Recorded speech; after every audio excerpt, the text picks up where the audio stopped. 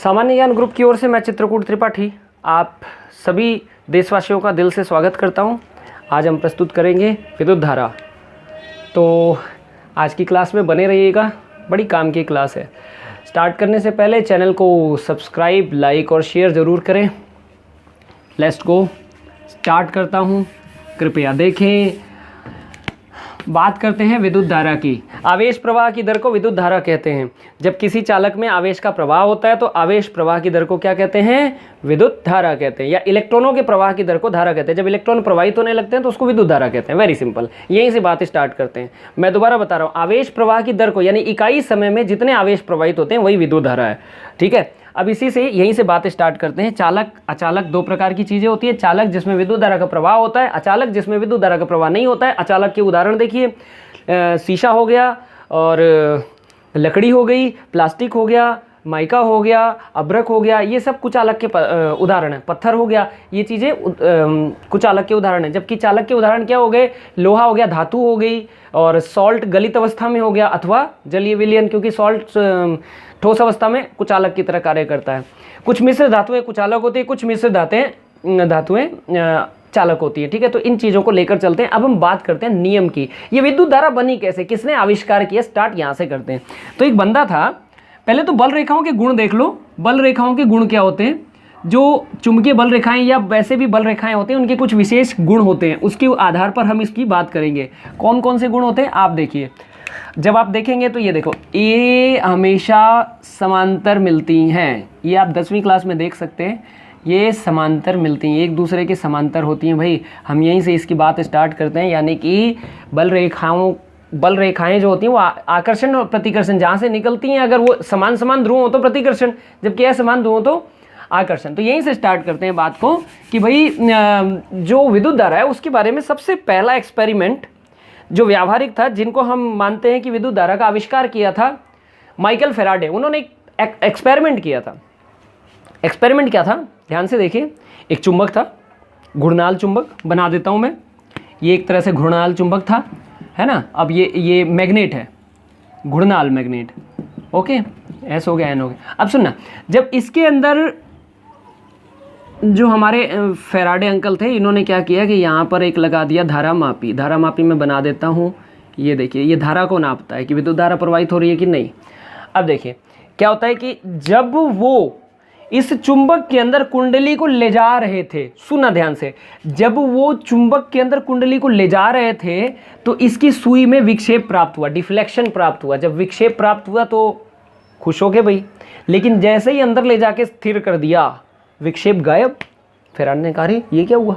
फिर जब वो बाहर निकाल रहे थे फिर विक्षेप आया, लेकिन इस बार विक्षेप दूसरी दिशा में आया।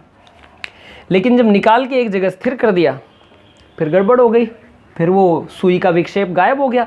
उसके बाद उन्होंने ये प्रैक्टिकल चुंबक से किया। आपकी कुंडली को स्थिर रख के चुंबक को अंदर लेके गए, तो जब चुंबक को अंदर ले जा रहे थे उस समय क्या था? जब चुंबक को अंदर ले जा रहे थे तो फिर से सुई में डिफ्लेक्शन आया। फिर उसके बाद जब रोक दिया, डिफ्लेक्शन गायब हो गया। उसके बाद जब फिर से वापस चुंबक को बाहर निकाल रहे थे फिर से डिफ्लेक्शन आया। समझ गए? कहते अच्छा ये बात है। नियम बनाया कि चुंबक और कुंडली के मध्य पारस्परिक क्रिया से विद्युत धारा का निर्माण होता है। तो निर्माण नहीं, प्रेरित होती है, मोटिवेट होती है। मतलब चुंबक कुंडली को कहता है कि चल अब तू धारा बना, कुंडली कहती है ठीक है मैं बना रही हूँ। मतलब मोटिवेट हो जाती है, यानी प्रेरित हो जाती है उसके अंदर विद्युत धारा। तो नियम क्या बना?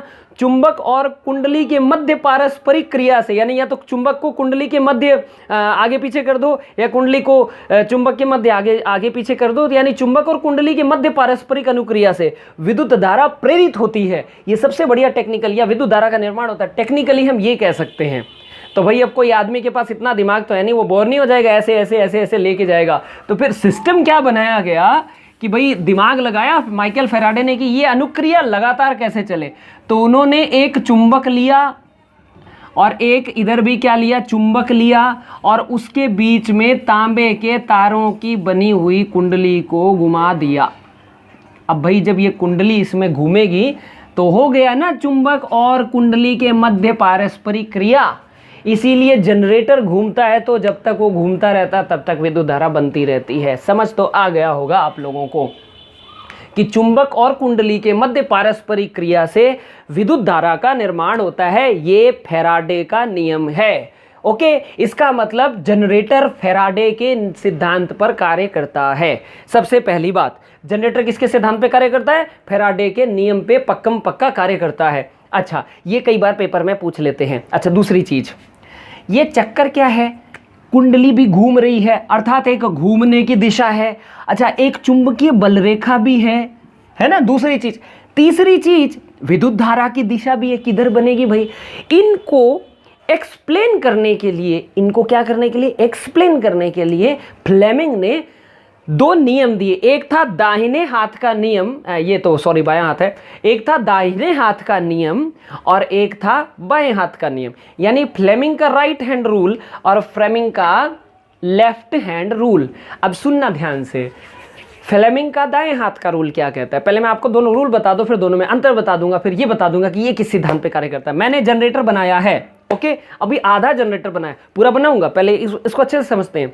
फ्लेमिंग के दाहिने हाथ का नियम, फ्लेमिंग कहता है कि देखो, हमारी तीन उंगलियां, अंगूठा, तर्जनी और मध्यमा, तीनों जब परस्पर 90 डिग्री पर होती हैं, तीनों जब परस्पर 90 डिग्री पर होती हैं, तो तीनों किसी न किसी की दिशा को तो बताएंगी। ये देखो, अंगूठा गोल गोल लग रहा है ना, गोल गोल, तो इसका मतलब अंगूठा क्या? बल युग्म की दिशा को, कि भाई कुंडली कैसे घूम रही है, घूर्णन की दिशा को बताएगा या बल युग्म को बताएगा। ठीक है, ये वाली उंगली आप किसी की तरफ इशारा करते हो, दोषारोपण वाली उंगली होती है, वही है, यानी चुंबकीय बल रेखाओं को बताती है। ठीक है, और जो बीच वाली उंगली है वो विद्युत धारा की, प्रेरित विद्युत धारा की दिशा को बताती है। दोबारा देखिए, इसके दाहिने नियम के अनुसार यदि हम अपना अंगूठा, तर्जनी और मध्यमा तीनों परस्पर 90 डिग्री पर रखें तो अंगूठा बल युग्म की दिशा को बताएगा, ये बी यानी धारा को चुंबकीय बल रेखाओं को बताएगी, जबकि ये जो मध्यमा है ये किसको बताएगी? ये प्रेरित विद्युत धारा की दिशा को बताएगी। इस तरह से तीनों की दिशाओं से संबंधित जो नियम था वो था फ्लेमिंग का दाहिने हाथ का नियम। तो दाहिने हाथ का नियम लगता है जनरेटर पे। अच्छा, फ्लेमिंग ने बाएं हाथ का नियम भी दिया था। फ्लेमिंग ने बाएं हाथ का नियम दिया था कि वही अंगूठा, तर्जनी और मध्यमा परस्पर 90 डिग्री पर हो तो मुड़ा हुआ अंगूठा क्या बताएगा? घूर्णन की दिशा को बताएगा, जबकि ये उंगली तो फिक्स है भाई दोनों की। आप देख लो, ऐसे करके देख लो, आप ऐसे करके, ये उंगली दोनों एक ही डायरेक्शन में। इसका मतलब जो एक डायरेक्शन में होती है वो तो क्या है? चुंबकीय बल रेखाएं। इसका मतलब तर्जनी चुंबकीय बल रेखाओं को बताएगी। अब ध्यान से सुनने वाली बात है, दाहिने हाथ का मतलब देखना क्या होता है? धारा निकल रही है। दाहिने का मतलब निकालने के लिए यूज करते हैं अपने, मतलब दाहिने हाथ का नियम, विद्युत धारा प्रेरित हो रही है, यानी जनरेटर का सिद्धांत। जबकि इसमें क्या है? इसमें क्या है कि विद्युत धारा भेजी जा रही है। जब विद्युत धारा भेजी जा रही है तो ये मोटर का सिद्धांत हो गया, है ना। उसमें क्या होगा? दोबारा से देखिए, पहले दाहिने हाथ का नियम देखिए जो जनरेटर के लिए, कि अंगूठा, तर्जनी और मध्यमा तीनों परस्पर 90 डिग्री पर हो तो अंगूठा बलयुग्म की दिशा को बताएगा, तर्जनी चुंबकीय क्षेत्र को बताएगी, जबकि मध्यमा प्रेरित धारा को बताएगी, यानी धारा बन रही है यहाँ। जबकि इसमें क्या है कि तीनों परस्पर 90 डिग्री पर हो तो अंगूठा घूर्णन की दिशा को बताएगा या बल युग्म को बताएगा, जबकि तर्जनी वही है, चुंबकीय बल रेखाओं को बताएगी, जबकि मध्यमा विद्युत धारा को बताएगी। अब इसमें विद्युत धारा प्रेरित नहीं है, ध्यान रखना, क्योंकि इसमें विद्युत धारा दे रहे हैं। आप देखो ना, जनरेटर और मोटर में इतना सा तो अंतर है। कौन सा अंतर है? जनरेटर को घुमाया जाता है तो इसमें बिजली बनती है, और मोटर को बिजली देते हैं तो वो घूमता है। उल्टा है ना एक दूसरे का। यानी जनरेटर क्या करता है? यांत्रिक ऊर्जा को विद्युत ऊर्जा में बदलता है, जबकि मोटर क्या है? विद्युत ऊर्जा को यांत्रिक ऊर्जा में बदलता है। एकदम उल्टा है, इसीलिए तो दोनों के लिए उल्टा, वो उल्टा है ना एकदम, तो इसीलिए उसके लिए उल्टे हाथ का नियम है। मतलब जनरेटर से उल्टा है। पहले तो जनरेटर आया, पहले आप कौन सा हाथ इस्तेमाल करते हैं? दाहिना हाथ या बायां हाथ? दाहिना हाथ शुभ होता है। ओके, तो समझ लो दाहिने हाथ का जो नियम है फ्लेमिंग का, वो किसके लिए है? जनरेटर के लिए। और जो बाएं हाथ का नियम है वो किसके लिए? मोटर के लिए। ओके, तो ऐसे करके आप याद रखना। इस तरह से आप जब याद रखेंगे तो आपको कभी नहीं भूलेगा। तो अब दोबारा से आते हैं कि जनरेटर किस सिद्धांत पे कार्य करता है। तो भाई जनरेटर के दो सिद्धांत होते हैं। एक, यह फैराडे के विद्युत चुंबकीय प्रेरण के सिद्धांत पे कार्य करता है। याद है ना, विद्युत चुंबकीय प्रेरण की चुंबक और कुंडली के मध्य पारस्परिक अनुक्रिया से किसका निर्माण होता है, प्रतिधारा प्रेरित होती है, उसको विद्युत चुंबकीय प्रेरण कहते हैं। तो पहला सिद्धांत क्या हुआ, फैराडे का विद्युत चुंबकीय प्रेरण के सिद्धांत पे कार्य करता है। और दूसरा क्या है, फ्लेमिंग के दाहिने हाथ के नियम पे, राइट हैंड रूल, फ्लेमिंग के राइट हैंड रूल पर कार्य करता है। जबकि मोटर के सिद्धांत पे कार्य करता है, मोटर केवल मात्र फ्लेमिंग के कौन से हाथ के सिद्धांत पे कार्य करता है, बाएं हाथ के सिद्धांत पर कार्य करता है। तो इस तरह से दाहिने और बाएं दोनों हाथ के नियम आपको अच्छे से समझ में आ गए होंगे। आशा करता हूँ ये भी अच्छे से समझ में आ गया होगा। इससे रिलेटेड बहुत सी चीज़ें हैं जो ज़्यादा फायदेमंद है, वो मैं आपको बता देता हूँ। प्रश्न के हिसाब से हम कुछ बातें और कर लेते हैं कि जो जनरेटर है, सिर्फ जनरेटर की बात मैं बता रहा हूँ, जनरेटर फ्लेमिंग बात का नियम। जनरेटर दो तरह का होता है। एक जनरेटर होता है एसी जनरेटर। एसी जनरेटर में क्या होता है, कुंडली होती है। कुंडली का कनेक्शन किससे होता है, सर्पी वलय से होता है। सर्पी वलय क्या चीज़ होती है, सर्पी वलय एक ऐसी चीज़ होती है जिस पे कार्बन के बुश लगे होते हैं। कार्बन के बुश लगे होते हैं। जब कार्बन के बुश लगे होते हैं तो यहाँ पर हमें बिजली प्राप्त होती है, जिसको लोड प्रतिरोध हो गया ना, ये बिजली प्राप्त होती है, जहाँ से हम घरों में भेजते हैं। अब होता क्या है, जब ये कुंडली घूमती है तो पहले आधे चक्र में जब कुंडली इस तरफ घूमती है तो मान लीजिए धनात्मक विद्युत धारा पैदा होती है इस पैर में। लेकिन जब ये इधर घूमने लगती है तब आधे चक्र में इस पैर में धनात्मक, इसमें ऋणात्मक। पहले वाले में आधे चक्र में तो इसमें धनात्मक, इसमें ऋणात्मक, लेकिन अगले आधे चक्र में इसमें ऋणात्मक और इसमें धनात्मक विद्युत ऊर्जा प्राप्त होती है। इसका मतलब इन दोनों छल्लों के अंदर, यानी इनको जो सर्पी वलय बोलते हैं, सर्पी वलय, ये इसका स्पेशल नाम है। सर्पी वलय के कारण क्या होता है कि ये दोनों में प्रवेश करते हैं विद्युत धारा। तो धनात्मक ऋणात्मक के रूप में इसमें विद्युत धारा प्रवेश करती है। कहने का मतलब एक चक्र में विद्युत धारा दोनों रूपों में होती है, इसीलिए इसको हम लोग अल्टरनेटिंग करंट बोलते हैं। ठीक है, क्या बोलते हैं, अल्टरनेटिंग करंट, प्रत्यावर्ती धारा। ठीक है ना, क्योंकि प्रत्यावर्ती धारा में क्या होता है, प्लस माइनस दोनों ही होते हैं। अगर हम इसका सदिश चित्र बनाकर देखें तो ये देखिए, पहले आधे चक्र में तो धनात्मक धारा हुई और अगले आधे चक्र में ऋणात्मक धारा हुई। तो एक चक्र में धारा धनात्मक और ऋणात्मक होती है, इसलिए इसका औसत 0 होता है। हालांकि वर्गमाध्य मूल 70% होता है, 17.7%, बट वर्गमाध्य मूल की बात अलग है, वो प्रभावी मान होता है, तो उसको हम बाद में कभी डिस्कस करेंगे। तो पहले इसकी बात देख लेते हैं।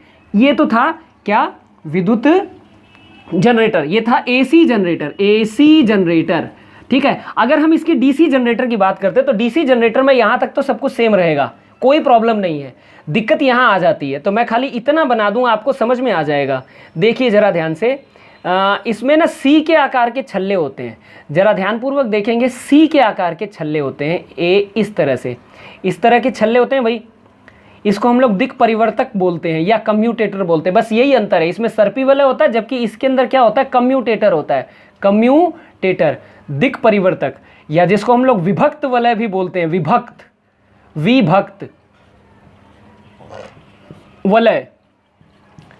वलय बोला जाता है। विभक्त वलय का काम क्या है, ये विद्युत धारा को कांस्टेंट कर देती है, यही एसी डीसी में कन्वर्ट होती है। ध्यान देने वाली बात है, एसी डीसी में इसी स्थान पर कन्वर्ट होता है विभक्त वलय में। तो ये प्रश्न आ सकता है कि डीसी जनरेटर में या किस जनरेटर में विभक्त वलय का प्रयोग होता है, तो डीसी जनरेटर में होता है। और ये भी प्रश्न आ सकता है कि विभक्त वलय का मूल कार्य क्या है, वो एसी को डीसी में कन्वर्ट करता है। इसके ऊपर तक सारा कुछ डीसी रहता है, एसी रहता है, यहाँ तक सब एसी रहता है। इसके बाद अगर सर्पी वलय लगा तो वो एसी रहेगा, लेकिन सर्पी वलय की जगह अगर विभक्त वलय लगा तो वो डीसी हो जाएगा। कैसे, मैं समझाता हूँ आपको, ध्यान से देखना। यहाँ पर कार्बन बुशेस लगे हुए हैं और यहाँ पर भी कार्बन बुशेस लगे होते हैं। सोचने वाली बात है, मान लो ये धनात्मक है और ये ऋणात्मक है। अब सुनना ध्यान से, पहले आधे चक्र में ये वाला हिस्सा धनात्मक हुआ, तो पहले आधे चक्र में तो ये डंडी इसके साथ जुड़ी हुई है, लेकिन जैसे ही ये इधर जाती है तो ये डंडी तो इधर चली जाती है, जो कि अब ये ऋणात्मक हो जाएगी, और ये डंडी वापस इधर आ जाती है जो धनात्मक हो जाती है। तो धनात्मक वाली ये डंडी वापस इसके साथ अटैच हो जाती है। तो पहले आधे चक्र में भी इधर क्या होता है, धनात्मक धारा होती है,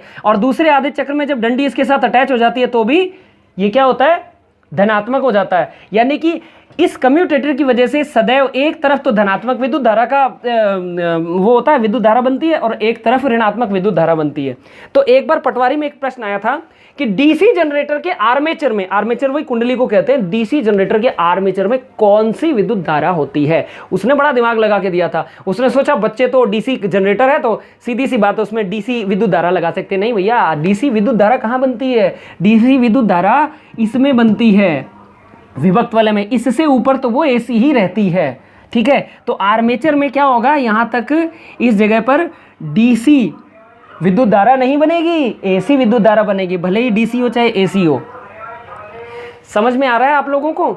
आशा करता हूं बहुत बढ़िया से समझ में आ गया होगा। बीच बीच में मैंने एक एक क्वेश्चन भी दिए थे, अब लगातार मैं 3 क्वेश्चन दे देता हूं, आप लोग बढ़िया से कर लेना।